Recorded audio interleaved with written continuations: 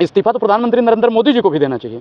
आप जानते होंगे कि जो इनका सरकारी गवाह बना है रेड्डी, वो मोदी जी को 60 करोड़ रुपए का चंदा दिया है। अब बताइए, जिसने चंदा दिया है, धंधा लिया है, अगर उसका पोल पट्टी खुलता है तो यहाँ का एलजी जेल में जाएगा कि नहीं जाएगा? जेल जाते ही जयशाह का पापा जेल में जाएगा कि नहीं जाएगा? जयशाह के पापा को जेल जाते ही मोदी जी जेल में जाएंगे कि नहीं जाएंगे? अगर सही से जांच पड़ताल होती है तो पूरी भारतीय जनता को एक दिन जेल में मैदान में उतर चुकी है। देखिए भाई, मंडी का भाव हमसे मत पूछिए, क्योंकि मैं सब्जी खरीदने बहुत दिन हो गया हूँ। आपने कंगना रनौत पे बात की, आप एक चीज बताइए कि कंगना रनौत 2014 के बाद में भारत आजाद हुआ, मोदी जी आए हैं, मंडी का मैंने कुछ क्या कहना भाई सब्जी का भाव में बात कर रहा हूँ मैं, किसी मंडी की बात। मंडी में क्या बिकता है? सब्जी। कंगना रनौत के सवालों पे आप मंडी का जवाब क्यों दे रहे हैं? एक चीज बताओ, गोबर खाते हो या आलू खाते हो? आलू खाते हो, गोबर खाते हो? आलू खाते हो कि गोबर खाते हो? मेरा सवाल का जवाब, आलू खाते हो। मंडी से टिकट दिया गया है कंगना को, देखिए सब्जी का भाव चले गए पूछ रहे हैं।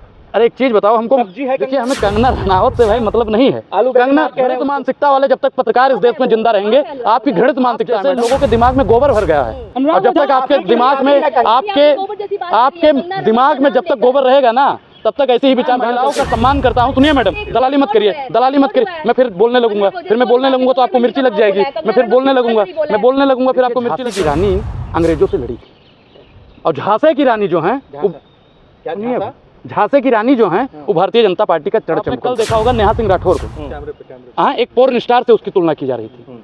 अब आप बताइए कि वो महिला का अपमान नहीं है? प्रधानमंत्री नरेंद्र मोदी छाती पीट पीट के कहते हैं। अभी मैडम भी कह रही थी कि महिला का अपमान है। अब क्या वो नेहा सिंह राठौर का अपमान नहीं था? मैडम बताइए, खीस मत निकालिए, डराने की कोशिश की जाती है। आज जैसे विपक्ष को डराने की कोशिश की जाती है। नहीं, अनुराग ओझा अगर डर जाता तो मंडी पे चर्चा ना करता, महंगाई, बेरोजगारी और सब्जी का रेट बढ़ रहा है उस पर चर्चा ना करता। पहले वर्क फ्रॉम होम होता था, वर्क फ्रॉम जेल हो रहा है, इस पर क्या बोलेंगे? देखिए एक चीज हम आपको बता दें कि घर से काम जब चंदा नहीं दोगे, आपका मीडिया आपका कितना पैसा देता है मोदी जी को? तो वर्क फ्रॉम जेल होगा केजरीवाल जी? आप बताइए, मैं पूछ तो रहा हूँ, आप मोदी जी को कितना चंदा देते हैं? चंदा नहीं देते। सुनिए, जेल से करेंगे क्या सरकार? बिल्कुल करना चाहिए, जेल से रहकर बिल्कुल। अगर मुझे जेल में सरकार डाल देती है तो मैं भैया वहाँ पे 2-4 मीडिया वालों से हाथ जोड़कर मेरा निवेदन रहेगा कि आप लोग भी आइए करिए, हम वहाँ से भी आपको यही व्यंग्यात्मक सवाल क्या करेंगे और मंडी का भाव बताता रहेगा। उठा रही है, अरविंद केजरीवाल जी को गिरफ्तार कर रही है। इससे साफ तौर पर पता चलता है कि भारतीय जनता पार्टी और मोदी जी तानाशाही पर उतर रहे हैं। तानाशाह ज़्यादा दिन चलने वाला नहीं है। यही तानाशाही आपको पता होगा जर्मनी में भी होती थी हिटलर के समय पर। बाद में क्या हुआ? हिटलर की जर्मनी भी बर्बाद हो गई, हिटलर भी बर्बाद हो गया। तो आज का जो हिटलर है वो जरूर बर्बाद हो जाएगा, और तानाशाहों की तानाशाही ज़्यादा दिन चलने वाली नहीं है। केजरीवाल जी के साथ में दिल्ली की जनता का आशीर्वाद है, और प्यारे केजरीवाल जी जेल के अंदर से भी दिल्ली वासियों के लिए सोच रहे हैं। और सत्ता पे बैठने के बाद में प्रधानमंत्री नरेंद्र मोदी जी देशवासियों के लिए नहीं सोचते हैं। ये देश का दुर्भाग्य है। कह रहे इस्तीफा देना चाहिए केजरीवाल जी को। इस्तीफा तो प्रधानमंत्री नरेंद्र मोदी जी को भी देना चाहिए। आप जानते होंगे कि जो इनका सरकारी गवाह बना है रेड्डी, वो मोदी जी को 60 करोड़ रुपए का चंदा दिया है। अब बताइए, जिसने चंदा दिया है, धंधा लिया है, अगर उसका पोल पट्टी खुलता है तो यहाँ का एलजी जेल में जाएगा कि नहीं जाएगा? एलजी के जेल जाते ही जयशाह का पापा जेल में जाएगा कि नहीं जाएगा? जयशाह के पापा को जेल जाते ही मोदी जी जेल में जाएंगे कि नहीं जाएंगे? अगर सही से जांच पड़ताल होती है तो पूरी भारतीय जनता को एक दिन जेल में जाना पड़ेगा। भारतीय जनता पार्टी को बिल्कुल। क्या लग रहा है 24 में चुनाव में कैसे देख रहे हैं? देखिए 24 का चुनाव बिल्कुल एक तरफा है। प्रधानमंत्री नरेंद्र मोदी जी ईवीएम को सेट कर चुके हैं। जैसा उन्होंने कहा 400 पार, तो देश की जनता को समझ लेना चाहिए कि अब वोट वो किसी को भी देंगे, 400 पार तो उनका है। क्योंकि सिस्टम होता है, और हैक होने के बाद में आप कितना भी पंजे का बटन दबा दो, कितना भी हाथी का दबा दो, कितना भी साइकिल का दबा दो, कितना भी लालटेन का जला दो, कोई फर्क पड़ने वाला नहीं है। चुनाव आयोग को चाहिए कि इस बार बैलेट पेपर से चुनाव हो, और प्रधानमंत्री नरेंद्र मोदी का अगर चेहरे पर वोट मिलता है तो बैलेट पेपर से भी मिलेगा ना भाई। इनकी हेकड़ी साहब निकल जाएगी, 40 सीटों पर सिमट जाएंगे अगर बैलेट पेपर से चुनाव होता है तो। मात्र 40 सीट। तो कैसे देख रहे हैं वायनाड से राहुल गांधी चुनाव लड़ रहे हैं, उनके खिलाफ जो है पूर्व सीएम के बेटे वहाँ से चुनाव लड़ रहे हैं? देखिए राहुल गांधी जी का वहाँ पे एक तरफा है, राहुल गांधी जी को हरा ही नहीं सकता है कोई। हम तो कहते हैं अमेठी से भी राहुल गांधी जी को करना चाहिए चुनाव, क्योंकि अमेठी में स्मृति ईरानी जी के अहंकार को तोड़ने वाला अगर कोई है तो राहुल गांधी जी हैं। बीके सिंह ने भी कह दिया कि मैं संन्यास लेना चाहता राजनीति से, गाजियाबाद। देखिए मैं क्या कह रहा हूँ कि बीजेपी का जितना भी लोग है वो आजकल संन्यास ले रहा है, या तो पार्टी छोड़ के कांग्रेस में या फिर दूसरी पार्टी में जा रहा है। बीजेपी पार्टी पूर्ण रूप से घबरा चुकी है कि चुनाव साहब एक तरफा जा रहा है इंडिया अलायंस के खेमे में, तो इसलिए वो लोग संन्यास लेंगे, पार्टी में आएंगे हमारे डर के। क्योंकि राहुल गांधी जी ने जब से कह दिया है कि सरकार बदलेगी और ऐसी कार्रवाई होगी कि दोबारा ही कार्रवाई करने की जरूरत नहीं पड़ेगी, तब से पूरी बीजेपी और भारतीय जनता पार्टी में भगदड़ मची है। क्या मतलब है जो राहुल गांधी ने ये कहा है, कुछ तो उसका लॉजिकल मतलब? अब आप बताइए आज कैसे परेशान किया जा रहा है? शक्तियों से, मोदी साहब सुनिए, शक्तियों से एक्शन किया जा रहा है। बड़की बड़की मीडिया जो है क्या दिखाती है आज आप मालूम ही होगा, सीमा हैदर उनके लिए बहुत ज़रूरी है, बड़ी मीडिया के लिए। और आज का जो मुद्दा है महंगाई, बेरोजगारी, शिक्षा, उस पर वो लोग बात नहीं करते। ईडी सीबीआई विपक्ष पर ही बैठता है। वर्तमान सरकार पर ईडी और सीबीआई का कोई संबंध नहीं जाता है, कोई नोटिस नहीं जाता है। कितना भी भ्रष्टाचारी हैं आप, बीजेपी में ज्वाइन कर लीजिएगा। आप मुझे चंदा दो, मैं आपको धंधा दूंगा, अगर आपने मुझे चंदा नहीं दिया तो मैं आपको ईडी का फंदा दूंगा। ये बीजेपी की रणनीति है और इसी रणनीति को खत्म करने के लिए राहुल गांधी जी निरंतर बोल रहे हैं। कहा जा रहा है कि पन्नू जो है उसने केजरीवाल को चंदा दिया था 100 करोड़ का, भी हाल ही में खुलासा हुआ है। बीजेपी को कौन कौन चंदा दे रहा है उसका खुलासा काहे नहीं कर रहे हो आप लोग। एसबीआई के पास में 466 करोड़ रुपए का कोई डाटा नहीं है, उसका खुलासा आप लोग काहे नहीं कर रहे हो। गाय, वो बीप वाले भी चंदा दे रहे हैं, गौ रक्षक कहते हैं अपने आप को भारतीय जनता पार्टी वाले, और वही गौ तस्कर वाले भी भारतीय जनता पार्टी को 250 करोड़ रुपए का चंदा दिए हैं। उस पर आप लोग सुनिए भाई, आप लोग उस पर बात क्यों नहीं करते हैं। कांग्रेस को चंदा मिला है, आम आदमी पार्टी को चंदा मिला है, ममता बनर्जी को मिला है, आरजेडी को मिला है, जेडीयू को मिला है, सबको मिला है, वो बात छोड़िए। बीजेपी पर जो चंदा मिला है आप लोग उस पर बात क्यों नहीं करते हैं। देश की मीडिया है वो भी विपक्ष को ही खत्म करने में लगी है। सोशल मीडिया है जो सच्चा मीडिया है वो भी उसी को खत्म करने में लगी है। आप लोग चाहते क्या हैं कि पूरी पार्टी को खत्म कर दिया जाए। देश की बर्बादी में जितना योगदान प्रधानमंत्री नरेंद्र मोदी जी का है उतना ही मीडिया वालों का ही है भाई। आसान नहीं है 2024 का चुनाव, कहा जा रहा है कि कमबैक करना थोड़ा। देखिए अभी 25 दिन है, 25 दिन अगर मीडिया निष्पक्ष हो जाए तो बिल्कुल आसान है चुनाव। चुनाव आयोग निष्पक्ष हो जाए तो बिल्कुल निष्पक्ष है चुनाव, क्योंकि चुनाव आयोग का जो अधिकारी अभी बना है उसको राष्ट्रपिता और राष्ट्रपति में फ़र्क ही नहीं पता है। वो कह रहा है राष्ट्रपति थे, मतलब महात्मा गांधी को राष्ट्रपति बना रहे थे वो। अब बताइए कि ऐसे अनपढ़, ऐसे जाहिल लोग जब चुनाव आयोग का अध्यक्ष बनेंगे तो कैसे चुनाव। मेनस्ट्रीम मीडिया क्यों नहीं सपोर्ट कांग्रेस पार्टी को या इंडिया अलायंस के लोगों को क्यों नहीं कर रहे हैं। देखिए सैया बने कतवाल तो डर का है बात।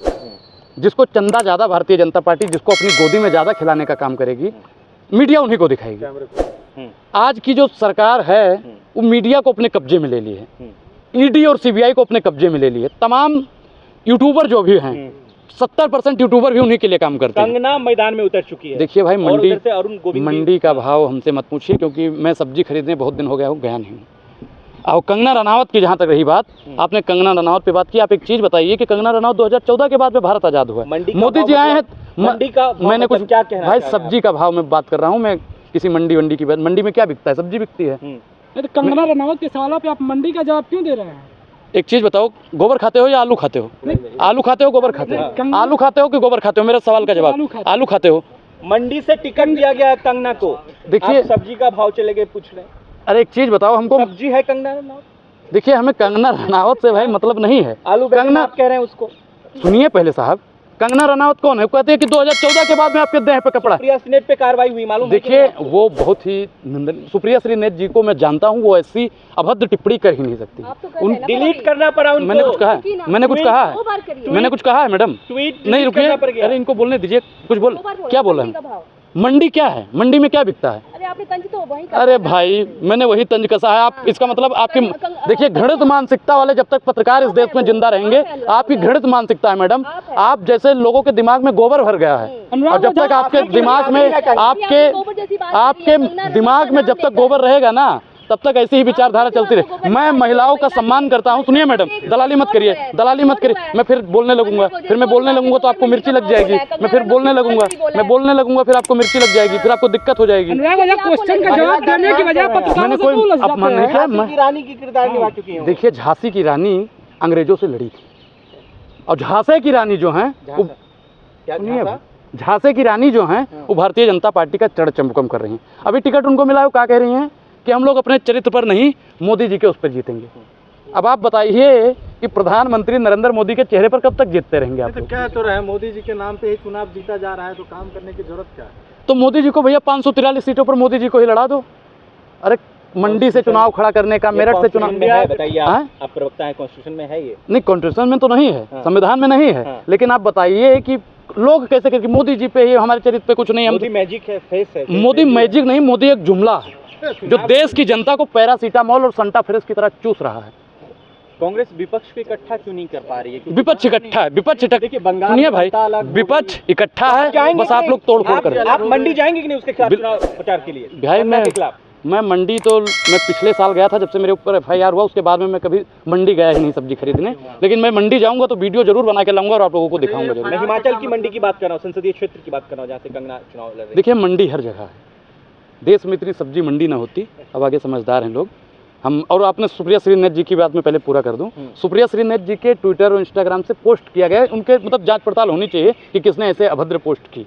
और वैसे भाई एक चीज़ बताओ कि फ़ोटो खिंचवाने की ऐसी क्या ज़रूरत ही थी? जो फोटो वायरल हो रहा था, और आपने कल देखा होगा नेहा सिंह राठौर को, हाँ, एक पोर्न स्टार से उसकी तुलना की जा रही थी। अब आप बताइए कि वो महिला का अपमान नहीं है? प्रधानमंत्री नरेंद्र मोदी छाती पीट पीट के कहते हैं। अभी मैडम भी कह रही थी कि महिला का अपमान है।